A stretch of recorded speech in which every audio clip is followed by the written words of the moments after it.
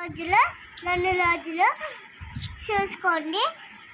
అపోయాక నాకు వచ్చి గోళీ లాగండి.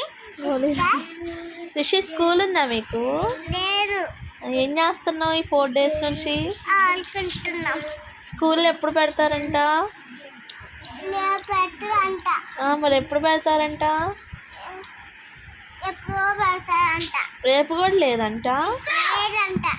రేపు ఉంది స్కూలు. లేదంట. ఎవరు చెప్పారు నీకు? లేదు.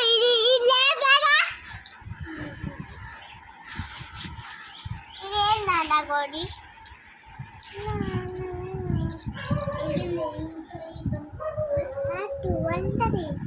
బాయ్ చెప్పు. బాయ్.